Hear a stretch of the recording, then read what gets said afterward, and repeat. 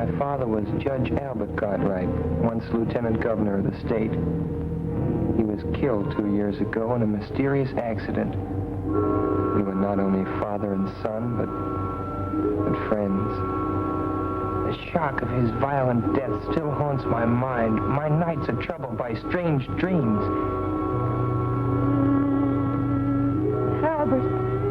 Albert, you've come back to me. I'm happy again. Mother, no. This man isn't father. I thought my happiness was gone forever, but you've come back to me. Mother, listen to me, Mother. Don't waste your breath, Paul. She can't hear you. I am your father now. You're not. You're not my father.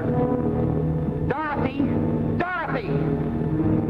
What is it, Paul? Dorothy, speak to Mother. Tell her he isn't father. Tell her. Of course he is. Look at the lovely bracelet he gave me. Isn't it beautiful? It has a lion's head. Dear Father, thank you. Thank you so much. Train. Stop the train!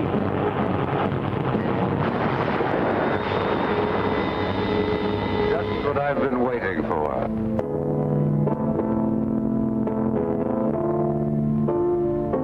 The train! You! Mother! Mother! Mother! Paul. Paul, wake up. It's you, Doc. The way you were yelling, I thought a wildcat had broken in. What's the trouble? Nightmare? Yeah. What a nightmare. Well, you get up and dress. I'll go out and get breakfast started.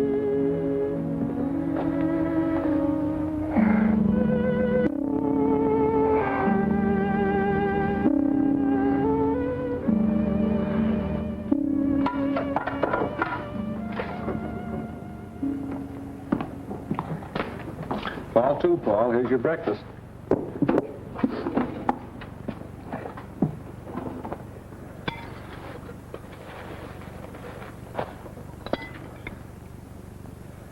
Doc, do you remember what you said once in psychology class? About the phenomena of dreams foreshadowing future events? Yes. But to healthy-minded people, a dream is just a dream. Come on, Paul. There's nothing like an early start for good fishing. Doc, I'd like to go home today. Home? Why, Paul, what's the matter? I'm worried about Mother. Now, look, you're not going to let a dream spoil our outing, are you? Why do you suppose Mother didn't want me home for the holiday? Oh, she probably had some reason. Now, get on with your breakfast. I'd like to tell you about this nightmare I had, Doc. Well, all right, if it'll make you feel better. Let's finish our eggs, and I'll get the tackle, and you can tell me on the way down. Hmm? He said, you have hallucinations. Come with me. I'll take care of you. And he held on to my arm. That was when you woke me up. Quite an extraordinary dream, but easily explained. At the inquest after your father's death, you remember, the engineer on the train testified that he caught a glimpse of the Acme Trucking Company sign as the truck pulled away. Although nothing's been seen of it since, it still remains the only clue to the unsolved mystery. Naturally, it would be impressed upon your mind. Oh, yes, but... And the Schumann Concerto was your father's favorite composition, if I recall correctly. But it all seems so real, and I remember every detail. The bracelet, the abandoned farm buildings, and the things this man said, like, it's just what I've been waiting for. And the terrible danger to Mother and Dorothy. Forget it, Paul. You've been working too hard at school. This is a perfect way to relax. Hey, they're jumping like crickets. Come on.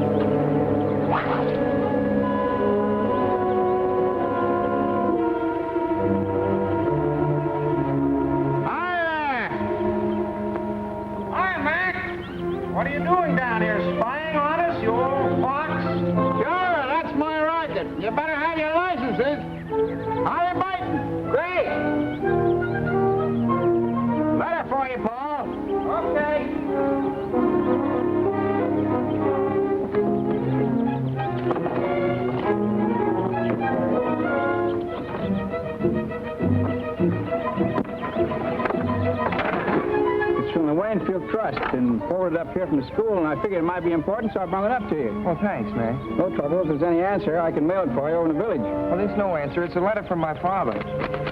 Huh? Say, you're not pulling my leg, are you, Paul? Oh, no, Mac. Dad left a series of letters with the office of his estate. I get one every few months. Well, I'll be doggone. Leave it to the judge to think of something like that.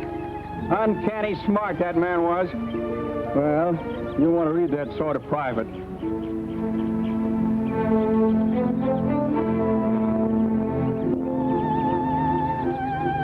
Good fishing, huh? Fine, Mac. How long you figuring on staying up here? Oh, Doc. Yes, Paul. Would you mind coming over a minute, please? Now, so long, boys. Goodbye, Mac.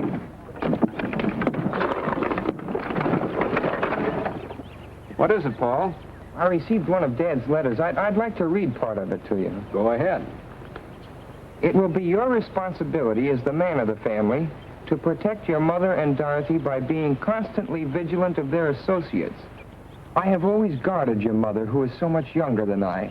For in my experience, I've had ample opportunity to observe the cunning of unscrupulous imposters. Fits right in with your dream, doesn't it? A curious coincidence.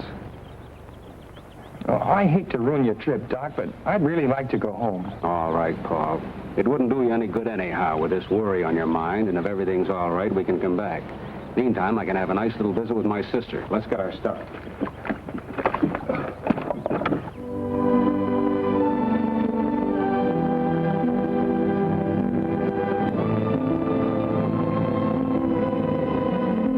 Thanks a lot, Doc. You're welcome, Paul.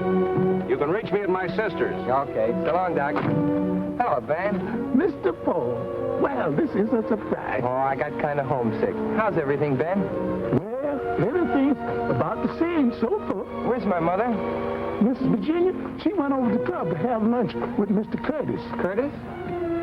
Well, who's he? Well, he's been coming around here every day for the past month. You mean he's been coming around to see Mother? He sure ain't been coming to see me, no, sir. What's he like, Ben? Well, he's a fine-looking man, nice talking, too. But it ain't exactly my place to venture an opinion, no, sir. You don't like him? Well, you see how it is. Being with the judge so many years, I got to know just what folks he like and don't like. And I kind of suspect this Mr. Curtis wouldn't be on the list. No, sir. I see. But don't you take no preconceived ideas from me, Mr. Paul. It ain't constitution. Like the judge used to say, to exert undue influence on the bench. No, sir. That's right, Ben. I better take your bag upstairs. Should I run you a bath, sir?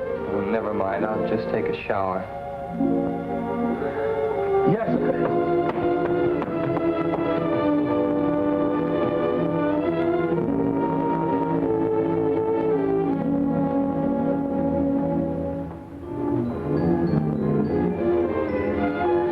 Thanks, Ben.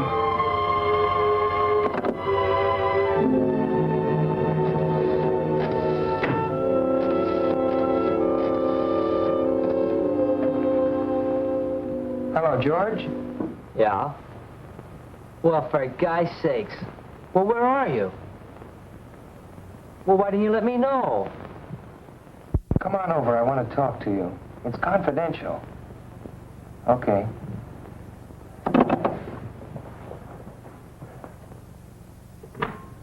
Mr. Paul's home. Paul?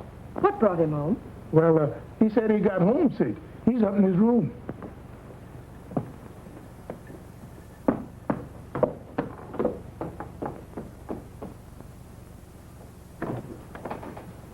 Paul, darling. Hello, Princess. Didn't you like the fishing? Oh, it was all right, but I wanted to come home. Well, I had so many engagements, dear. Of course, if I'd realized I'm that... clean, Mrs. Cartwright. Where's the Romeo? Benjamin told you. Well, his name is Brett Curtis, and he's most charming. You know, I haven't even been slightly interested in any man since your father died.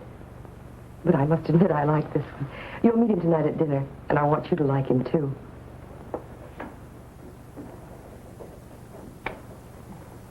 Are you sure he's all right? Of course he is. Everyone finds him fascinating. He's amusing and interesting. He's been everywhere, and he's most attractive. You know, in some ways he reminds me of your father, except he's younger. Oh, don't look so worried. Well, you're my responsibility now, you know.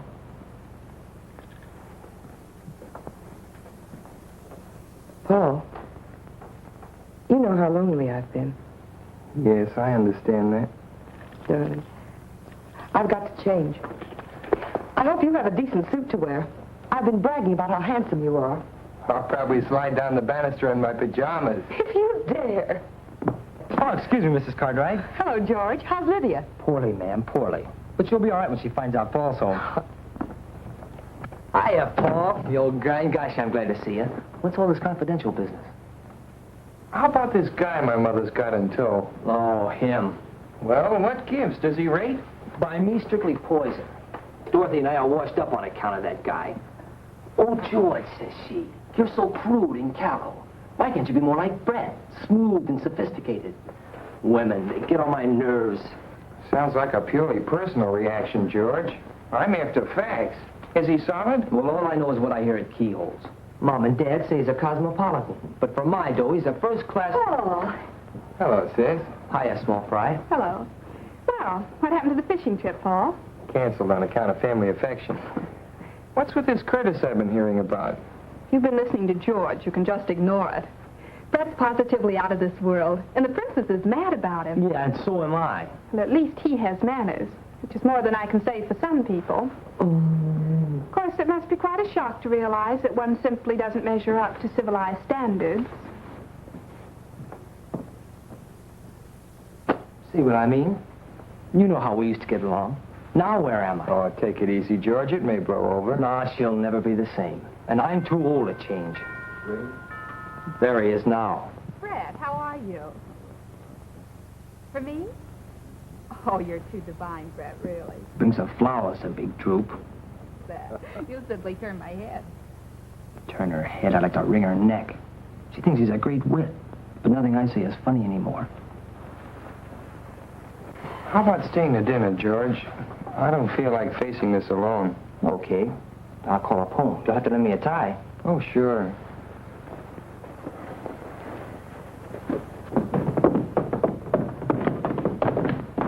Gosh, do I look all right? Maybe I should have gone home and changed. You'll do. How nice you both look. Paul, this is Brett. How do you do? I'm glad to know you, Paul. Of course you know George Hanover. Hello, George. I've been hearing quite a lot about you. Well, Mother and Dorothy have been giving you quite a build-up, too. Well, I hope you won't hold it against me. I feel as if I'd met you somewhere before. That's because Brett looks like Father. Oh, I don't think so. Except maybe his nose a little. Thanks, Paul. I'd rather not look like anybody but myself. Paul was a great deal like his father. I understand you have his talent, too. Maybe. A speck of it. I've been reading one of his books on criminology. My friend, Professor Muhlbach, the psychiatrist, recommended it to me. The professor thinks your father had a brilliant mind. Well, Father's best book was never completed. I hope I'll be able to finish it for him someday. I knew you two would like each other. Dinner served, ma'am. Dorothy? Paul, I have everything you want. Oh, it's nice to be here. I thought You don't mean to tell me you like him. I didn't say I liked him. I just said I could see why Mother likes him. Yeah, but does Dorothy have to drool over him like a goon? Oh, Dorothy's nothing but a child. Child, nothing. She's a first-class flirt. The way she hangs on that guy's words. Honest, Paul, it sickens me. Pure jealousy. Me? Jealous? Yeah. Gosh, that's right. Maybe I am.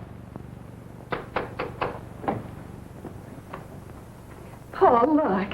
It was in the box with the corsage Brett gave me. Isn't it beautiful? It's a lion's head from India. Brett has such divine taste. Well, don't you like it? Nice girls aren't supposed to take jewelry from strange men. He's not a strange man.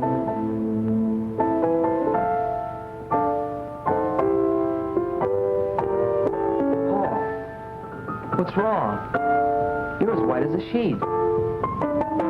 I feel kind of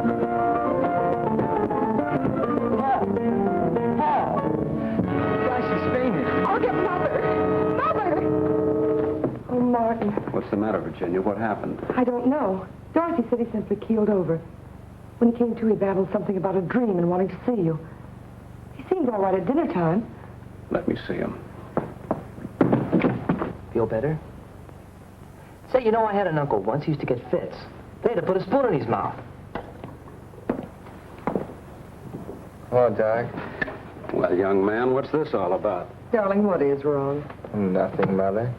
If you don't mind, though, I'd like to talk to Dr. Benson alone. Well, I guess I'll barge along home then. Hope you feel better, chum. Well, I'll be okay. See you tomorrow. Right.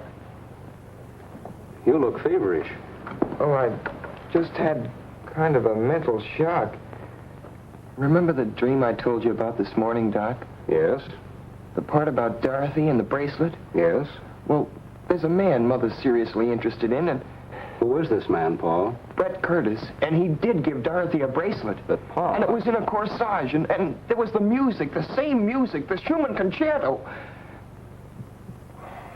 This may sound kind of crazy, Doc, but that dream is beginning to happen. Now, wait a minute, Paul. Nothing has actually happened. The only similarity to the dream is the bracelet, and that could be a coincidence. You know, Dorothy's very fond of trinkets, and anybody who knew that might buy her a bracelet. As for the music, it's probably sitting on the piano. I wouldn't worry too much about it, son. Have you told your mother about this dream? No. Mother thinks I've got too much imagination. Besides, she's gone overboard for this Curtis, and you can't talk to people when they feel like that about someone. You were pretty young to know that. Oh, I felt the same way about a girl last year. Nobody could tell me anything until I found it out for myself. And you may be entirely wrong about this man. And the best thing to do is to find out all we can about him. Suppose you and I go down and see Bill Allen tomorrow. A banker doesn't usually take people at face value. And we'll let him investigate. That's an idea. Oh, and Doc, when you go downstairs, I wish you'd drop in and meet Curtis. I'd like to find out what you think about him. All right, Paul. Now stop worrying.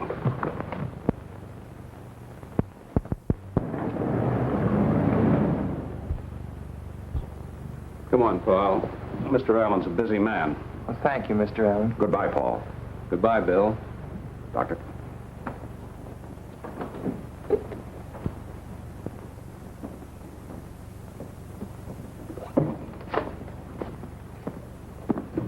Good morning, Curtis. Oh, good morning, Doctor. Hello, Paul. How are you feeling? Well, I'm fine, thanks. You certainly gave us a scare last evening. I hope you've laid down the lot with him, Doctor. What he needs is more fresh air and exercise. Well, you can't pass exams on fresh air. Not in my school. No, Paul takes his studies very seriously. Come along, Paul. Good morning, Curtis. Goodbye.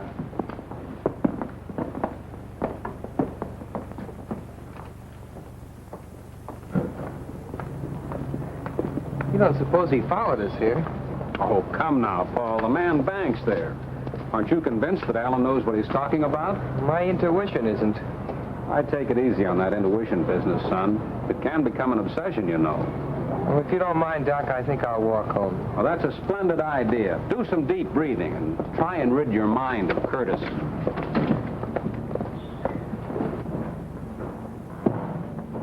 Hi there, Doctor. Going anywhere near the club? I go right by there. Hop in. Oh, thanks. It's a nuisance to find a taxi when you want one. I don't drive myself. That's unusual. I thought everybody drove these days. Well, I was in rather a bad accident when I was a youngster, and it made such an impression on me that I never learned to drive. Where's Paul? Oh, he decided to walk home for the exercise.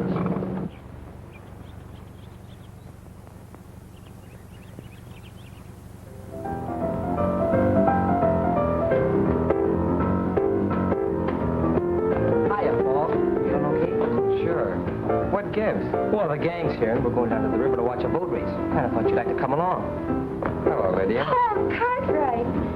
Well, if you aren't the absolute limit, not letting me know a thing about coming home.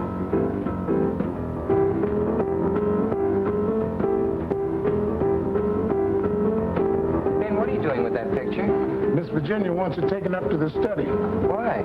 I couldn't say.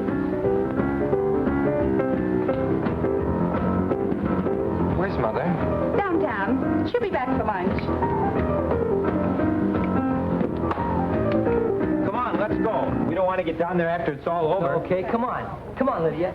Okay, gang, I guess we can all get in my car. We can all stay there. Yeah, that's all right. Come on, Paul. Yeah, I'll see you later. Paul, are you deliberately trying to avoid me? Because if you are, I'd just as soon you come right out and say so. No, I'm not, Lydia. I just don't feel like going, that's all.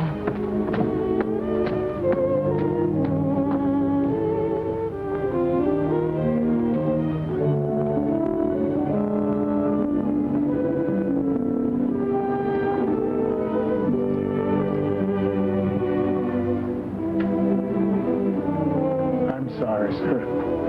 I sure did hate to move the judge out of his place. Well, maybe this is where he'd rather be, Ben. He spent most of his time up here anyway. Yes, sir. He looks so alive. Almost as if he could speak. I wished he could.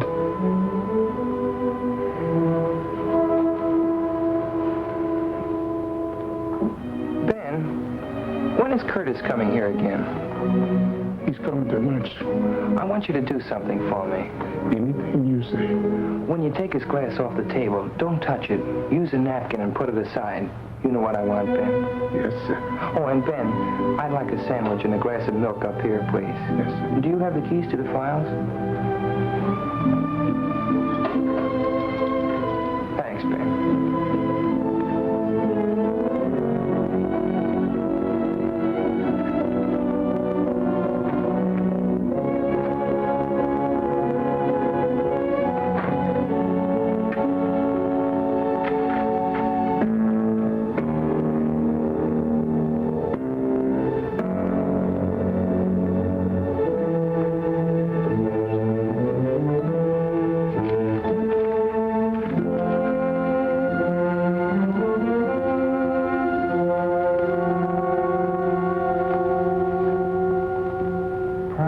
Unsolved crimes is the record of Claude Barrington, an amazingly clever and dangerous individual. He was suspected of innumerable crimes, including attacks on young girls, even murder. Yet the police have never been able to find sufficient evidence to warrant his arrest. His quick disappearances, the failure of witnesses to identify him, the lack of fingerprints or photographs, indicated a marked talent for crime. Suspicion first fell upon Barrington when in 1932 he married a wealthy young widow, Cecilia Gordon, who was drowned within 6 months of their marriage, leaving him a substantial legacy. However, no evidence could be found to prove that Barrington was in the vicinity at the time of her death. Paul, darling, what are you doing up here? Reading up on something in Dad's files. It's such a lovely day. You should be outdoors.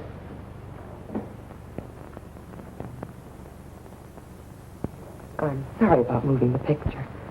I wanted to change things in the living room. It's so old-fashioned. I wanted to brighten it up a bit. It's all right, Mother. Paul, are you going to make things difficult? I haven't said anything. And what you say, it's your attitude. Why don't you like Brett? I just don't want you to make a mistake, that's all. How much do you know about him? Everything. He's told me all about himself.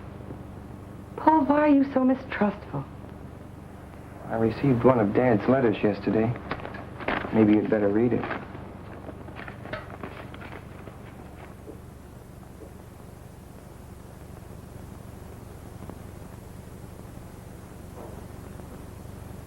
Poor Albert. He saw so much of crime and wickedness, he was bound to become overcautious. Now I understand why you're so anxious, dear. What is it you want to know? Has Curtis ever been married before? No, he's a bachelor. He was going to be married a few years ago, but the girl drowned shortly before the wedding. Brett was terribly broken up about it, of course. She was drowned? It's quite a tragedy. She was so young. Well, Paul, anything else? Where does he get his income? Oh, he owns mines and things. I had Mr. Allen check into all that. You see, I'm not as irresponsible as you think I am. You're not going to marry him for a while yet, are you? I don't know, Paul. I think you should wait. Paul, I don't want to make you unhappy. But that's one thing I must decide for myself. You mean you're going to marry him right away? I may. But you can't. You've got to give me time to... Give you time? For what? Well, to get better acquainted with him. Darling, you'll be going off to school soon. Your life will be occupied with other things for years. Paul, try to understand. Try to be fair. Please. For my sake. All right. That's better. You'll be down for lunch? No, Benjamin's bringing my lunch up here. I'll be down later. Maybe you could play some tennis with Brett. He plays an excellent game. If you just give him a chance to be himself, you two would probably be the best of friends in no time. I've got to go now. Don't work too hard, darling.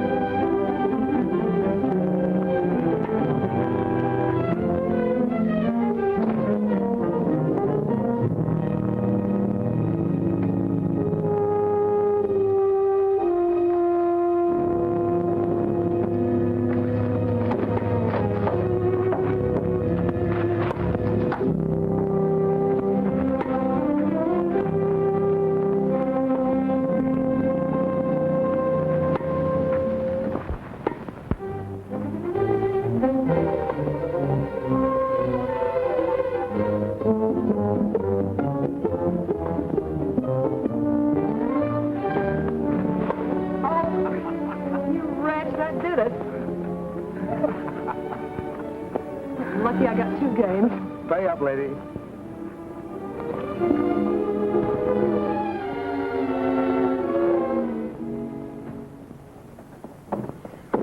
Hello, Paul. How you feeling? Okay, how was the boat race? Keen. The Blue Moon won. You should have come with us, Paul. Lydia's furious. Oh, she'll get over it. I've got too much on my mind. Any lunch left for me, Ben? There's sandwiches and milk in the breakfast room, Miss Dory. Oh, thanks, Ben.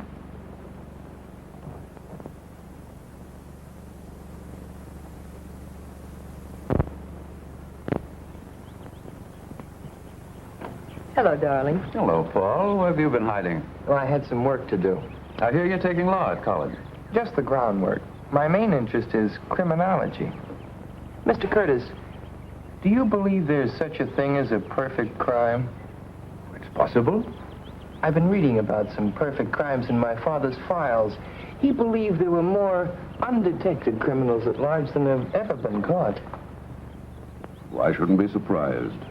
The police have their limitations. What a morbid conversation. Brett, it's too bad you've changed. You could have played some more tennis with Paul. I wouldn't have time, darling. I promised to go up to Middleborough and look at some property for a friend of mine. Oh, Brett, why couldn't we drive you up? The ride would do Paul good. Oh, that's nice of you, Virginia, but it'll take hours to look at tracks, and I'll be talking business. I'll phone you when I get back. I'll walk down to the gate with you. Do, Paul. Goodbye, Brett. See you later, darling. Understand you've traveled a lot. Well, yes, I've always been curious about what was beyond the next horizon. Ever been in Nevada? Yes. Magnificent country it is, too. Makes a man wish he could paint. You'd like it. What's Reno like? Oh, that's indescribable. It's a hodgepodge of Wild West and Wild East. Cowboys, divorcees, mink and mustangs, Jude ranches, and the real thing all shuffled together. I'd like to see some of those old ghost towns. And a real silver mine. Well, I have an interest in several mines. Perhaps we'll take a trip someday. Do you know Colorado? Quite well. Waynfield must seem pretty tame after those places. I've seen pretty much everything worth seeing. I'll be glad to settle down right here. Well, Goodbye, Paul. See you tomorrow. I hope we're going to hit it off together. So long.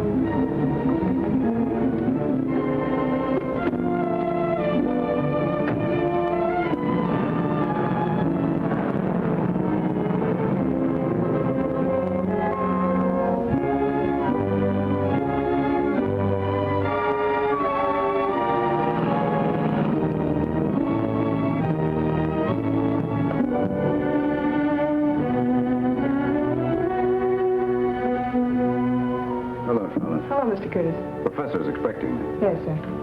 Mr. Curtis. Send him in. Go right in.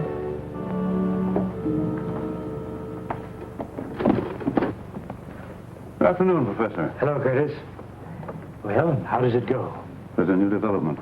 The boy? Yes, he came home unexpectedly. Hospital? Definitely. A neurotic type. Interested in criminology. He asks a lot of questions. Remarkably intelligent for his age. I have the feeling he knows more than he should. Does his attitude affect her? It hasn't yet. But he's a persistent little devil.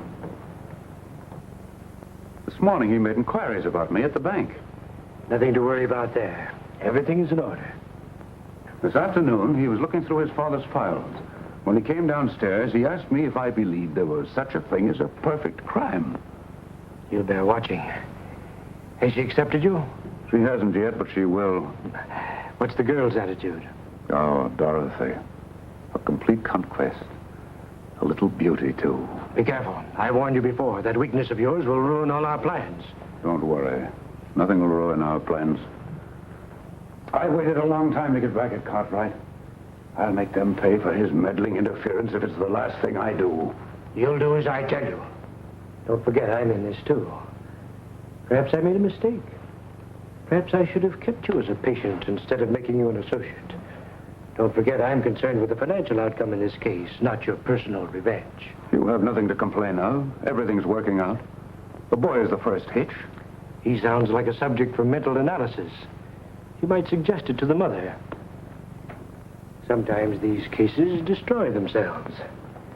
The important thing is to get the wedding over with as quickly as possible. When you are legally in possession, we can take care of him here. Funny, that thought was in my mind, too. But why wait till I'm in possession? As her husband, you would be in a position to comfort her.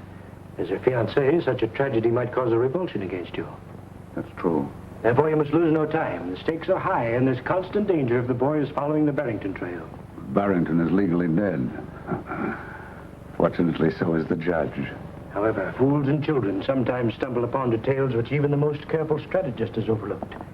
I had better meet the lady as soon as possible. Meanwhile, you must impress her with my professional distinction. Understand? Perfectly. Now, be careful. If you can't accomplish this within the week, our relationship shall revert to that of doctor and patient. I'm spending the weekend with them. I'll have her consent before Monday.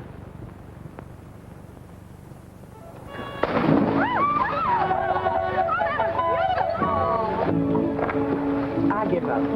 Brett, you bewitched the dice. I seem to be lucky at everything but love. You don't really mean that. Virginia, why do you keep putting me off? You promised me you'd give me time to think it over. You know how much I care for you. We've both been lonely. Why should we put off the happiness of being together? Brett, the water's wonderful!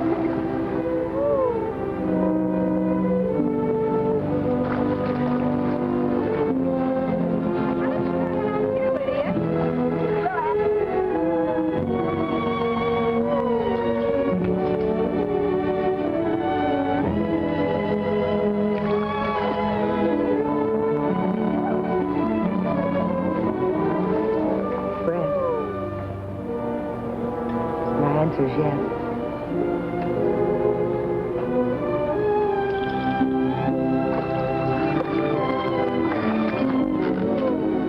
When, Virginia? I'll give a dinner party and announce it. You're not going to put me through a formal wedding, are you? No, just a dinner party. We'll slip away quietly and I'll send the announcements out later. Good. We'll elope. Elope? That sounds so young and reckless. Doesn't seem right with two grown children. Brett, you do like them, don't you? Like them? A handsome, full-grown family on a silver platter. And you? What more could a man ask? Darling, do you realize that you haven't kissed me since we've been engaged? Princess! Brad! Not much privacy around here, is there? Well, that's family life. Why don't you come in for a swim, Brett? The water's wonderful. How about a swim, Virginia? Oh, no, darling, you go. I want to write the dinner invitation. Is there anyone special you'd like to ask? Why, yes, my old friend, Professor Muhlbach, you know, the psychiatrist. You'll enjoy meeting him. Enjoy your swim, darling. I wasn't supposed to tell you this, but I think it's only fair you should know. Oh, I kind of suspected. I guess they didn't tell me because they know I don't approve. No. I don't either. What? I thought all you girls were goofy about him. Now, I was at first, but not anymore. Uh-huh. No, really, Paul, I mean it. Remember the other day by the pool here? Yeah? Well, Brett came for a swim. Once when I dived under, I don't know how to tell you this. I haven't told anyone. Well, what happened? Well, he swam underwater, got a stranglehold on me, and started kissing me. I know it doesn't sound like very much, but it was horrible. I can't describe it. I pulled away. He followed me and said he hadn't meant any harm and asked me if I'd just forget about it and be friends. I felt sort of queer about him ever since. You won't mention this to him, will you? No. And don't you say anything about it. What you've told me adds up with other things. What other things? Oh, I can't tell you now. The trouble is I may be wrong. I haven't any proof, just a hunch. Nobody wants to believe me. I believe you, Paul. Thanks, sugar. Well, there's Dr. Vincent. I've got to talk with him. You better run along, Lydia. Oh, but Paul, are you... Well, what I mean to say is, you still like me, don't you? Oh, sure. But everything's on ice for a while. No dates. Yes, all right. Only, don't forget. Okay, funny face.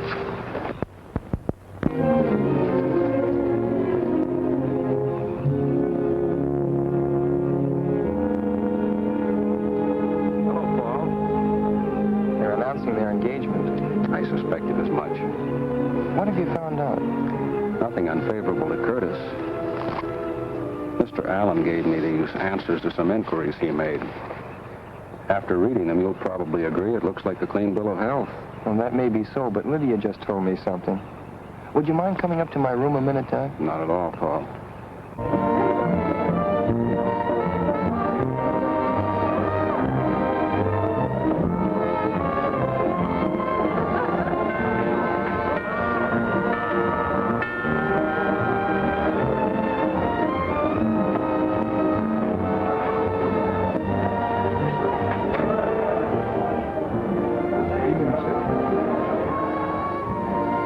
Good evening, Professor. I'm glad to see you. Good evening, Curtis. Well, I was afraid you wouldn't get here. You know how it is, always something at the last minute. Of course. Virginia, this is Professor Muhlbach. Mrs. Cartwright. How do you do, Professor Muhlbach? I'm honored, madame. It was most gracious of you to invite me. Brett told me so much about you, I was anxious to meet you. Thank you, madame. A happy occasion, this, eh? Curtis is a lucky fellow. Come in. Come in, Professor. Thank you. Now I'll show you something in the Barrington record that ties in with what Lydia told me. That's funny.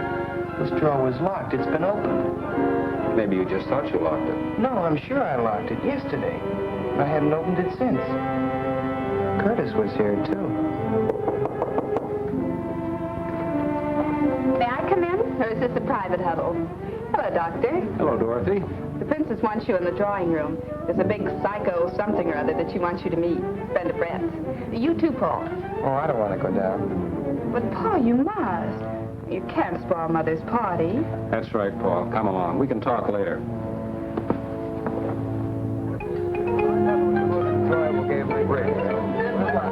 However, I must say that I think that we won that rubber. Because Virginia was keeping score. Virginia's arithmetic is delightful. She subtracts by counting backwards on her fingers.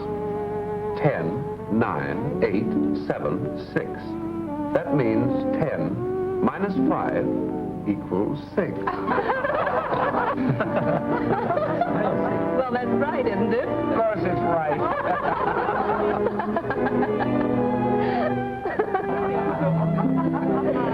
We had a perfect storm. Well, tell me about psychiatry, Professor. It must be very interesting. I'd love to be psychoanalyzed sometime. I'd be delighted to do it. Anytime you say. Now, look. I hope you don't behave so Miss Cartwright. Benjamin, Mr. Curtis will call. Well, my friend, here's a chance to display your domestic accomplishments. It's just what I've been waiting for.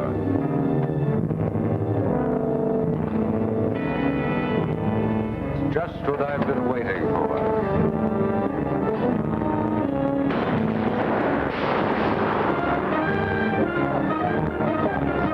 Sorry. I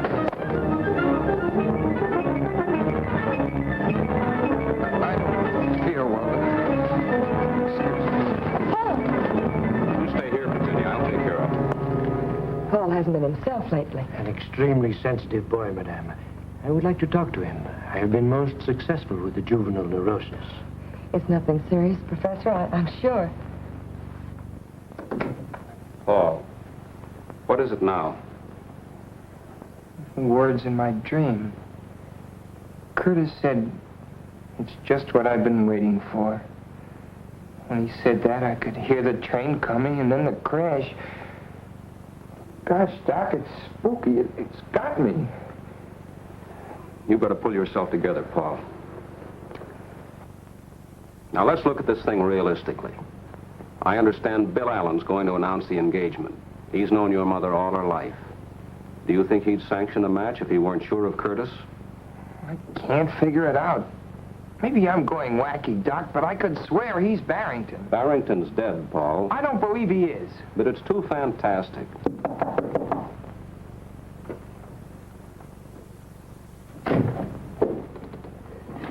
How is the young man feeling, Doctor? Oh, he's all right. He was just having a dizzy spell. Perhaps I can be of some assistance. Nerves are my specialty. May I come in? Well, it's just a reaction from overwork at school. Ah, yes. I was an intense student myself at his age. Do you mind if we have a little talk, young man? I feel all right. Perhaps the doctor had better go downstairs. Seems a pity to spoil Madame's party. I'd rather have Dr. Vincent stay. Of course, I have no objection. Let's sit down and be comfortable.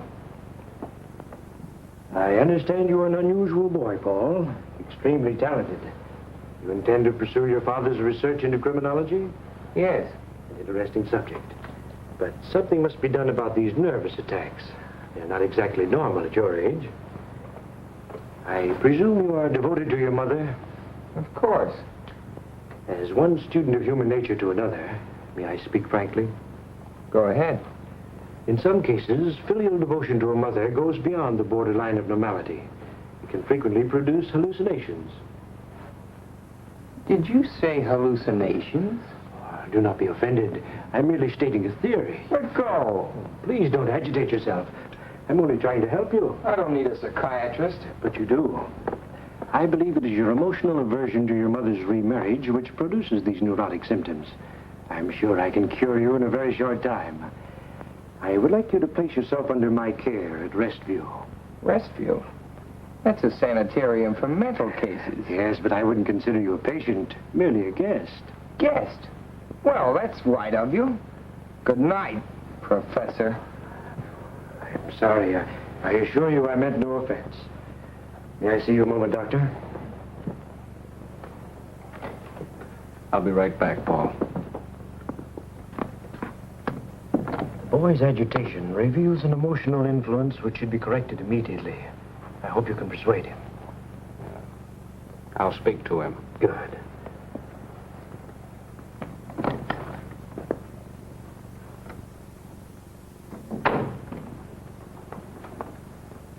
Well, the same words as your dream, weren't they? It's extraordinary.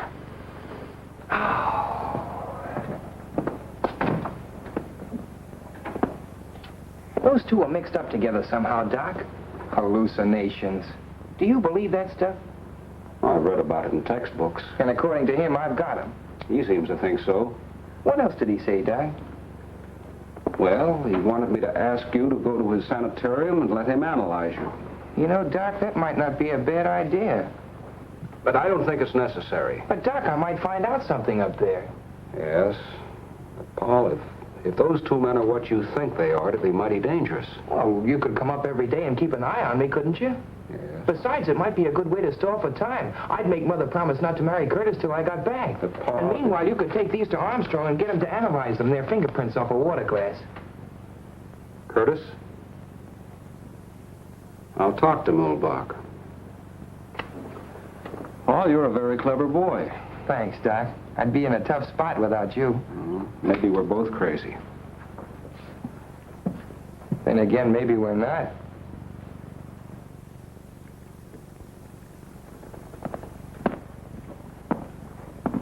It's a lovely room, isn't it, Paul? Very nice. I hope you'll find it comfortable. My routine is a simple one. A few heart-to-heart talks, plenty of food and rest.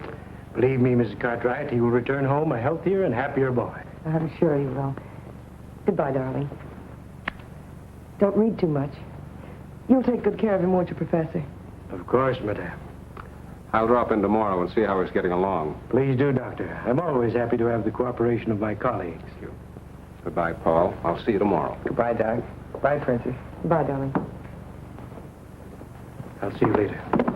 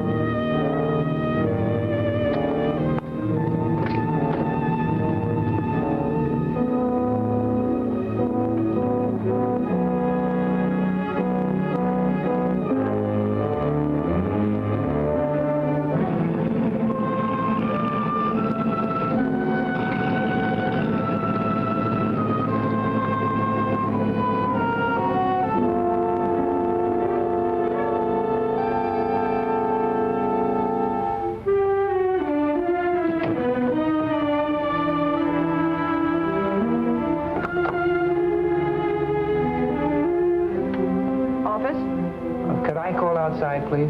I'll get the number for you. Well, I forgot my tennis shoes. Do you happen to know where I could get a pair? I'm sure Professor Muhlbach can lend you some. Thanks.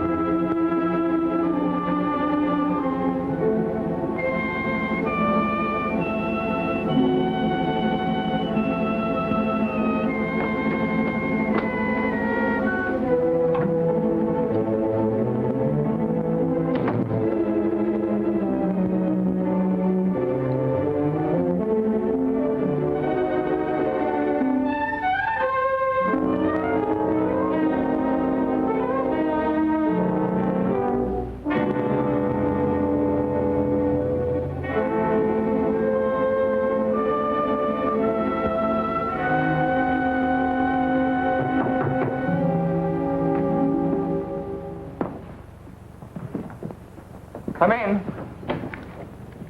Well, Paul, can I help you get settled? Oh, no, thanks, Professor. There's not much to do. That's a funny place to hang your coat. Oh, I got tired of looking at myself. Same old face. Touch of inferiority, eh? We'll overcome that. I encourage tidiness as much as possible. Orderly room, orderly mind. I hope you have a good appetite for lunch. Pretty fair. Anything special you prefer? Well, I'm not fussy, Professor. That's a nice garden you have. Gardening is my hobby. I'm very proud of my flowers. How about the rest of the place? Do you have many patients? Quite a few, but don't let your mind dwell on that. We are facing in the direction of normality. I hope you will have complete confidence in me. I will ask you many personal questions. You must be truthful and accurate in your replies. That's important. Remember, we're friends. Just call the office if you want anything. Is it all right if I use the phone to call outside? Certainly. Feel free to call anyone you wish. Thank you. I'll see you at lunch.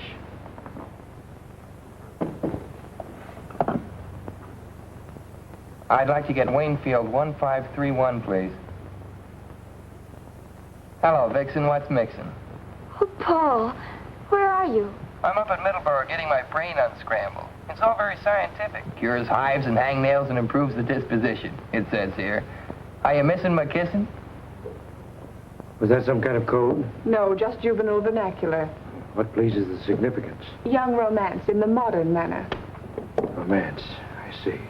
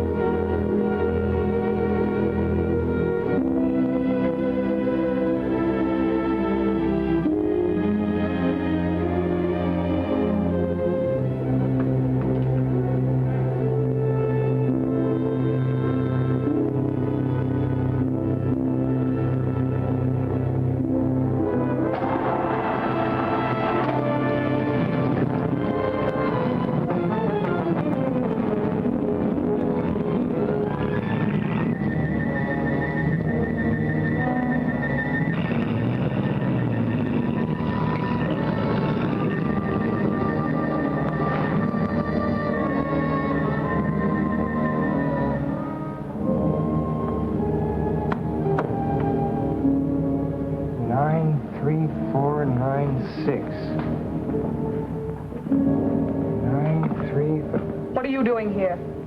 Well, I can't sleep. Nightmares. I'll get you a sedative. Go to your room. We don't permit the patients to wander through the corridors at night. Well, I'm not a patient. I'm a guest. I must admit the boy puzzles me. I can learn nothing from him except that he suspects you. I'm sure he knows you're Barrington. How he arrived at that conjecture, I don't know. From his father's files, I found the Barrington folder in his desk. The boy's as persistent as his father was. I won't be in the clear until I get squared with the entire family. It'll be quite ironic, won't it? The elusive Barrington, married to the widow of the Honorable Judge Albert Cartwright. He won't be if Paul can help it. Right now, his main idea is to delay the marriage. He's managed that already. She promised him not to marry me until he returns. There must be some way to overcome that. Find some pretext to leave town, then persuade her to join you. You should have sufficient influence to overcome her promise to the boy. I will detain him here as long as possible. As soon as I have word from you that the ceremony has been performed, this troublesome opposition can be eliminated. How do you propose to do it? I will attend to it. Come in. Mr. Curtis, ma'am. Oh, Brett. I didn't expect you so early. I had to see you, dear. I have to go to Washington on business. Oh, darling, what a shame. I want you to come with me. We can stop off at Richmond and be married. I couldn't do that, Brett. I promised Paul. Are you going to let Paul spoil things between us, Virginia? Darling, don't even think such a thing. Then come with me. We'll turn the trip into a honeymoon. Couldn't we wait till Paul gets back? I'd feel so much better about it. Virginia, from the first moment we met, everything went perfectly between us. Then Paul came home and you began to change. Nonsense. We announced our engagement. Everything will go as we planned. Let's go down and get the license and have it over with today. Right now. I couldn't. Very well, then. Just as you wish. I'll be leaving this afternoon. I'll be gone for several weeks. Brett, do you really have to go? Perhaps it'll be just as well if you have time to think this out alone. I want you to be sure of your feelings, Virginia. But I am sure. You know that. Then why not marry me and stop worrying about Paul? I can't help being concerned about him, Brett. He's my own boy. But he's getting the best of care. Muhlbach will have him well again in no time. Let's call him up and find out how he's getting along. Of course, he's doing splendidly, madame. You have no cause to worry. No need to delay your marriage. Allow me to offer my felicitations. Goodbye.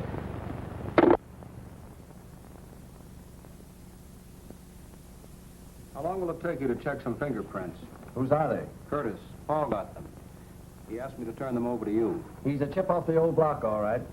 The judge hung on like a bulldog whenever he got his teeth into anything. That's right. I'll have these checked just to prove there's nothing to it. Let me see. Where does Curtis hail from? Oh, he's lived in Oregon, Nevada, Colorado, California. California's good. They get thumbprints on driver's licenses. Curtis says he doesn't drive. Well, we won't take his word for that. Check those with Washington, Tom, and try the California License Bureau. Okay, Chief. So long, Doc. I'll let you know, Doctor, if anything develops. Goodbye, Mr. Armstrong. Thank you.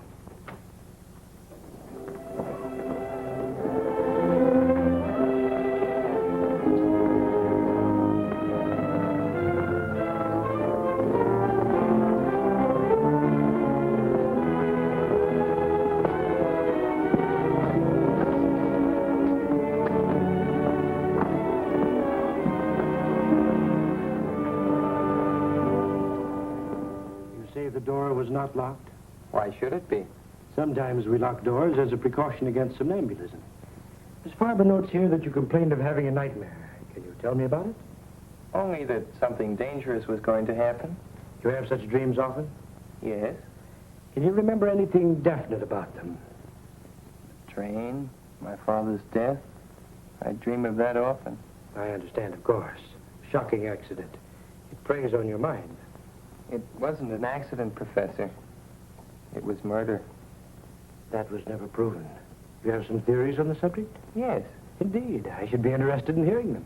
Well, I'd rather not talk about them now, Professor. It gives me a headache. Very well, Paul. Now, what would you like to do by way of diversion? Oh, I see you have some binoculars. They must be good ones. They are excellent. Would you like to examine them? Could I? Of course. Go right ahead.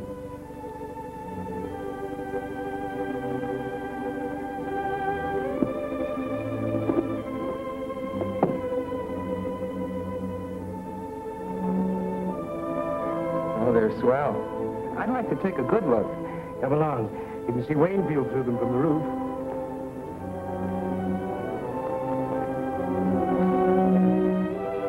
There's the county seat down there.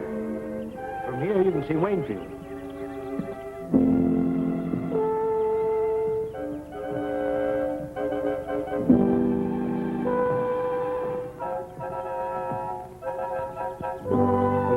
you can see the ferry crossing the river.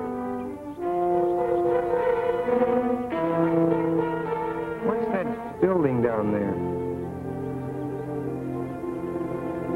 Just an abandoned farm. Over this way, Paul. See the ferry? You can almost distinguish the people's faces on the deck.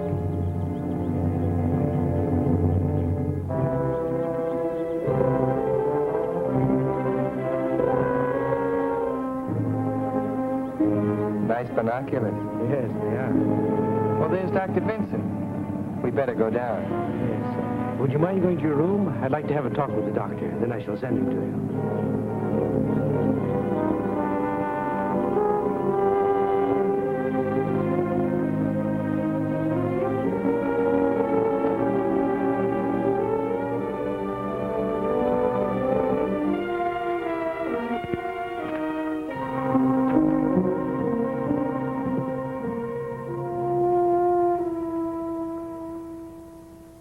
I'm very glad you came, Doctor. I'm having a little difficulty. I feel there's something on Paul's mind which he does not confide to me. If there's something you know, you may speak freely. All I know is he has nightmares about his father. Now, that he has told me, but he will not say any more. His reticence hinders my diagnosis. If you could persuade him to discuss these matters more fully, it would be of great assistance. I'll see what I can do. Where is Paul? In his room.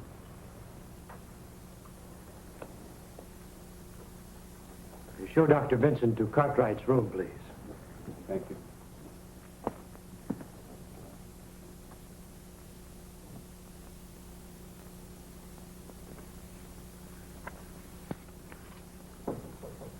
Come in.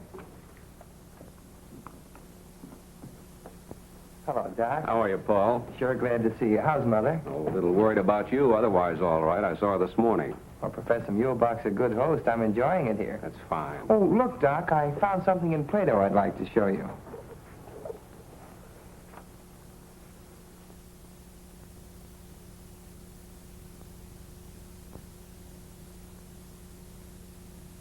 Oh, yes, yeah. Great chap, Plato. Modern today as he was in his own time. Paul, how'd you like to take a little ride with me? Well, that depends on Professor Muhlbach. We'll have to ask him. Well, let's do that.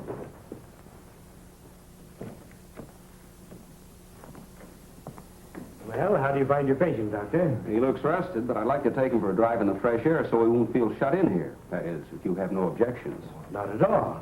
Provided you don't keep him out too long. Oh, a half hour or so. We'll take a drive through the hills. This is beautiful country.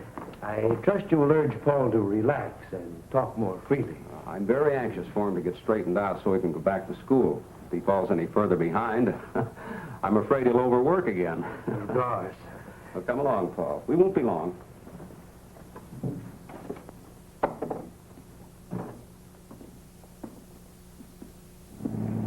That was luck. I didn't think he'd let me go. He couldn't very well refuse.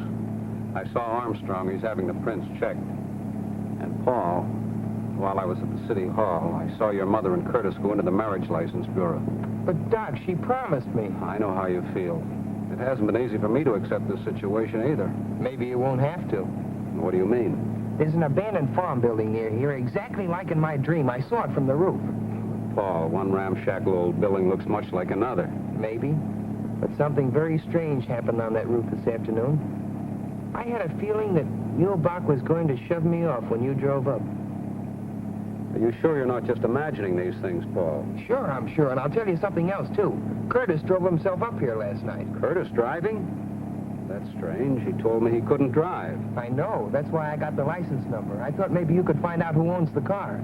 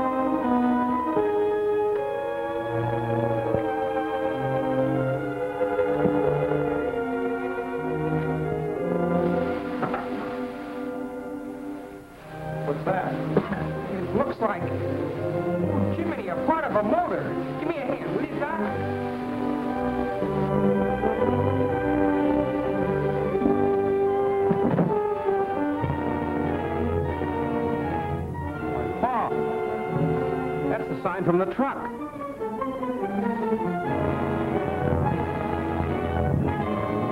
Son, you certainly called a turn on this one.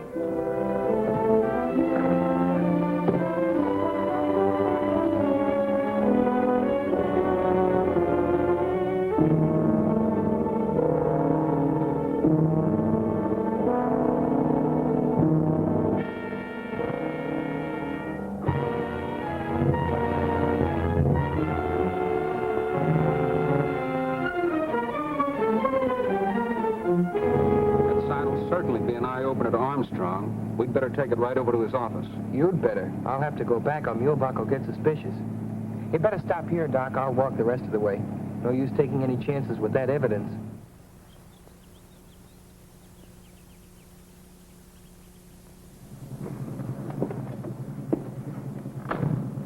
I don't like to see you go back in there feeling the way you do about that place. Oh, I'll be all right. I've got to go in and stall for time. If things get too hot, I'll phone Lydia and say I'm lonesome. That'll mean get here quick. All right, Paul, but take it easy. I'd better go home and clean up a bit, then I'll go right over to Armstrong's. So long, Doc. Darling, don't be angry. Surely one day doesn't make that much difference. I've promised Dr. Stone he could marry us. You wouldn't want me to hurt his feelings, would you? Why can't we go over there now? Why wait? We can spend tonight and tomorrow at the lake and then go on to Washington. After all, I must think of that contract, Virginia. Even a man in love has to think of business. All right. I'll call Dr. Stone, see if he can't find some time free. He ought to be able to work us in somewhere. A ceremony doesn't take long. Do you want me to call him? No, I'll do it.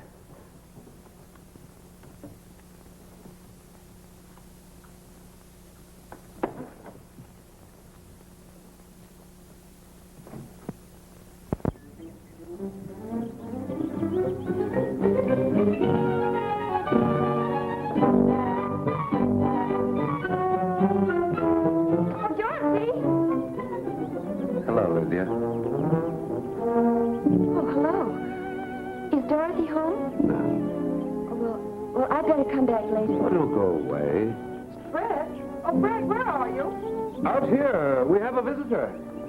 Hello, Lydia. Hello, Mrs. Cartwright. Well, goodbye. That's strange. What on earth happened? Nothing. She just came looking for Dorothy. What did Dr. Stone say? Dr. Stone? Oh, yes. He's busy all day today and this evening. But I made an appointment for noon tomorrow. Oh, good. Now, where shall we go to celebrate? Why not go to that little inn where we first had dinner together? Brett, I'd rather not go out tonight. I've got packing to do and a few letters to write. I'll just have dinner on a tray in my room with Dorothy and tell her the news. She goes back to school on Monday, and I won't have another chance to see her. I hope I may look forward to your exclusive attention on our honeymoon, Mrs. Curtis. Well, you shouldn't call me that, not yet. It's very unlucky, you know. With all the luck I have, I can afford to be reckless. I'll phone you later, darling.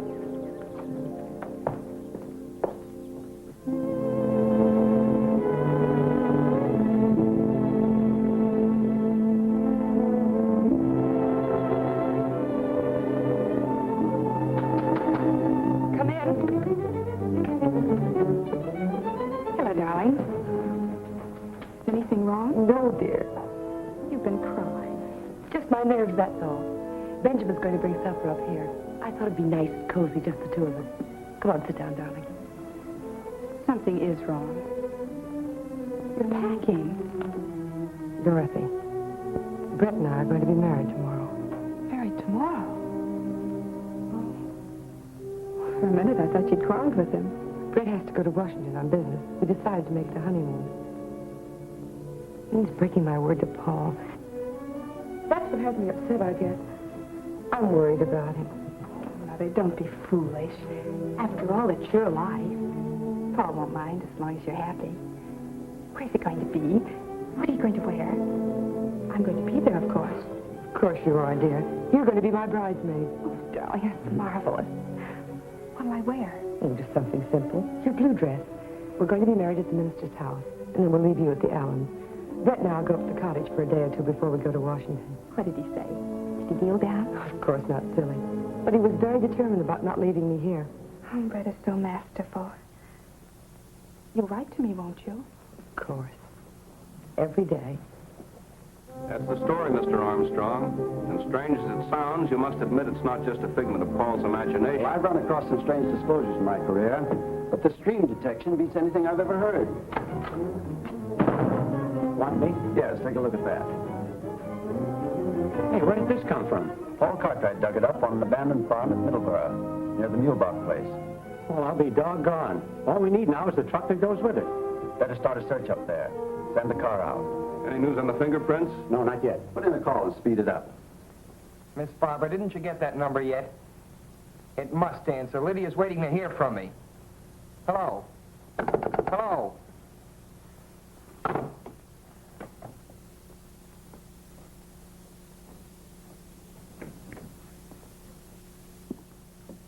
What do you mean by disconnecting the phone when I'm trying to get a call through?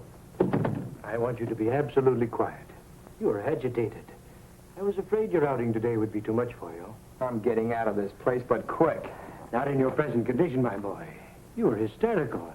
I couldn't possibly allow you to leave in such a state. Allow me? You don't think you can keep me here if I want to go, do you? I'm afraid that may be necessary. You seem to be forgetting that I'm a guest. All my patients are guests.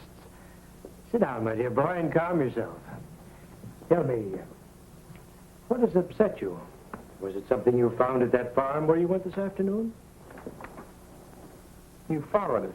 I observed you from the roof with the binoculars. All right, since you know so much. We found the truck that killed my father. The police ought to have the evidence by now, and I know you and Curtis were mixed up in it. Again, you are having hallucinations.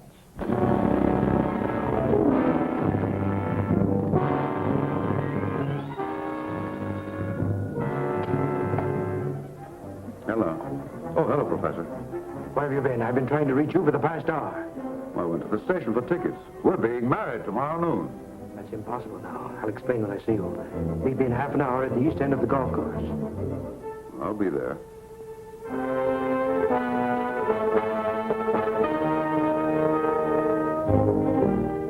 I don't like to exaggerate Paul's danger, Mr. Armstrong, but that place up there gives me the creeps. I'm uneasy about the boy. Why does everything take so long? The machinery of the law, Doctor. It's much better than it used to be. Armstrong? Farber? The car driven by Curtis is registered under the name of Charlotte Farber. Does that name mean anything to you, Doctor? Why, yes. She's Muhlbach's secretary, yeah? Put a blanket out for it. Get going. Chief, the California Motor Vehicles has a thumbprint on Brett Curtis. It matches the print taken from the body in the mine identified as Barrington. That means Curtis was killed in the mine, not Barrington. Paul was right. And Barrington is just cunning enough to pull something like that, too. Then it isn't unlikely that Curtis... Could be Barrington. Well, Chief, we got what's left of the truck, buried under a ton of hay. Any fingerprints? Yep, in the tool compartment. Compare those.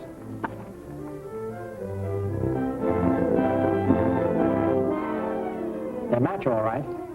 They match the Curtis prints Paul got from the water glass. Well, are you satisfied? Go to the country club. Pick up Brett Curtis. Suspicion of murder. Cartwright case. Right, Chief. We've got to get to that boy, Armstrong. Muhlbach and Curtis are working together, and there's no telling what may have happened to him by this time. Get me in the Muhlbach place at Middleburg.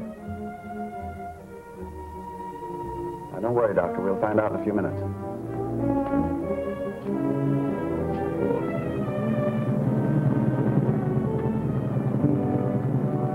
Brad, Hello, Dorothy. What are you doing here? Princess told me about tomorrow. Oh, Brad, I'm so thrilled. Mother's going to let me be a bridesmaid. Isn't that wonderful? I thought we might drive down to the florist and get dozens of roses and take them to the cottage. I want to do something special, and I'm sure the princess would love it.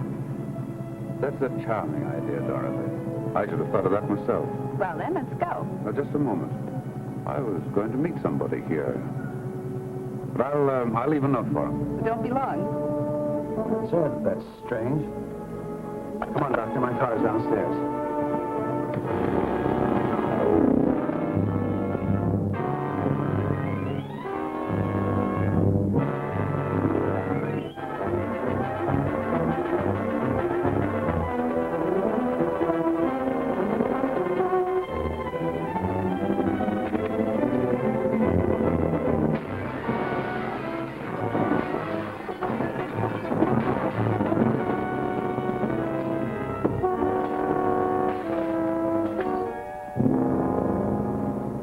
Muhlbach? Yes? Mr. Curtis asked me to give this to you. Thank you.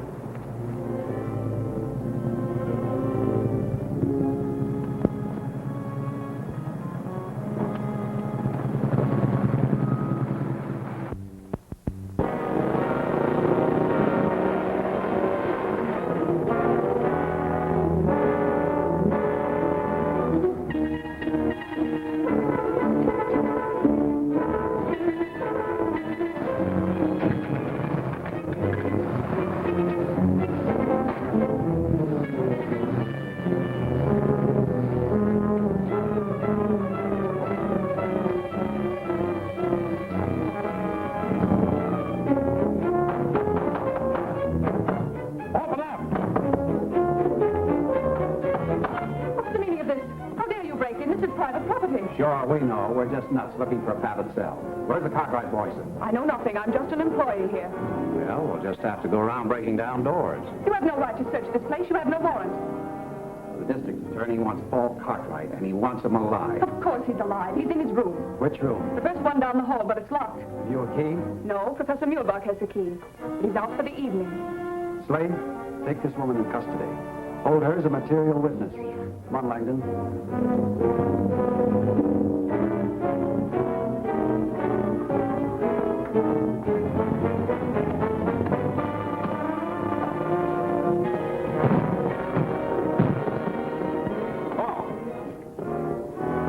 Too late. I'm not so sure. Look at this. Good boy. He got away. I hope. There's no connection here. We can call from the switchboard.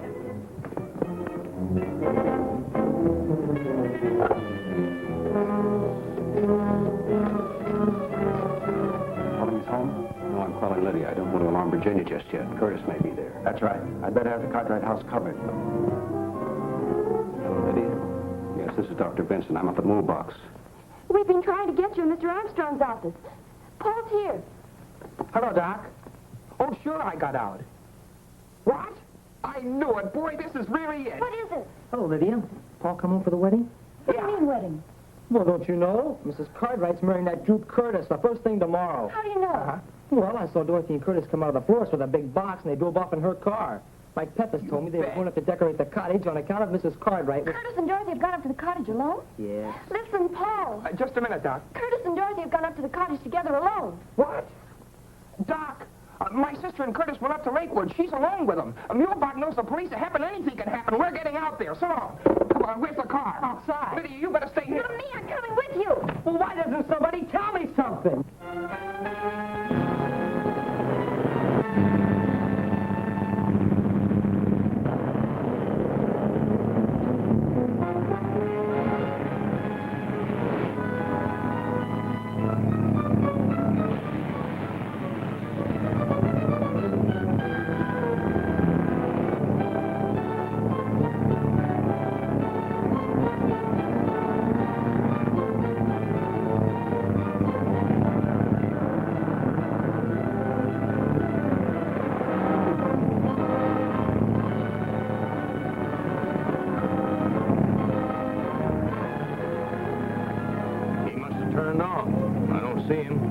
Better backtrack.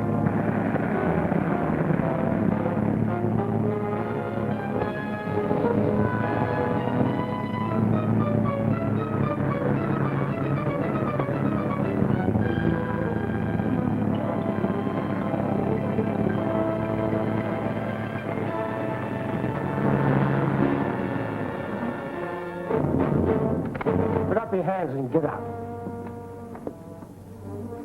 What's the meaning of this? You're under arrest. This is an outrage. You must be mistaking me for someone else. Come along. Get it. Good, the princess will arrange them all over again. She can make flowers look as if they just grew out of a vase. Well, we better be starting back, Brett. What about a ride in the launch? It's perfect out on the lake.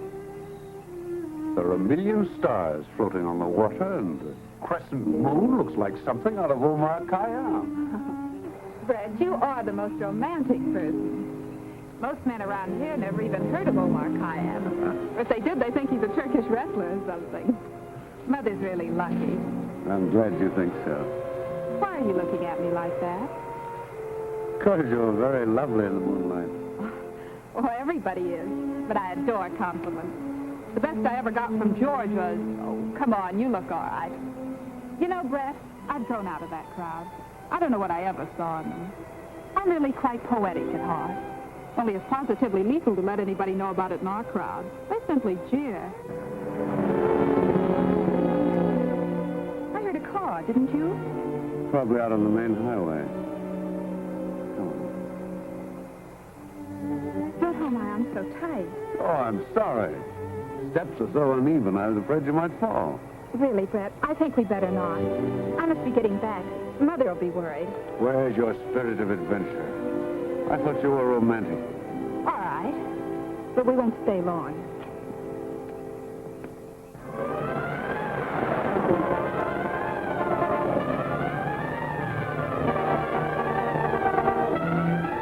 They're here, all right. There's no lights on in the house. There's a light in the boathouse.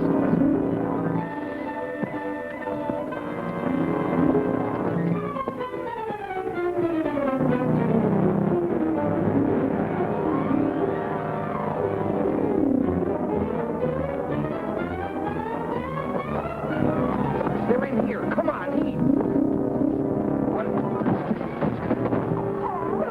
All right, Barrington. You meddling fool.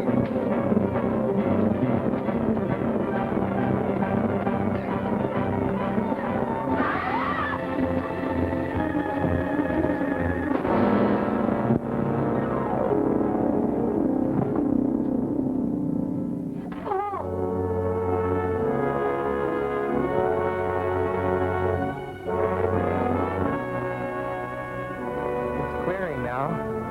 Look, Mother, we can see ahead.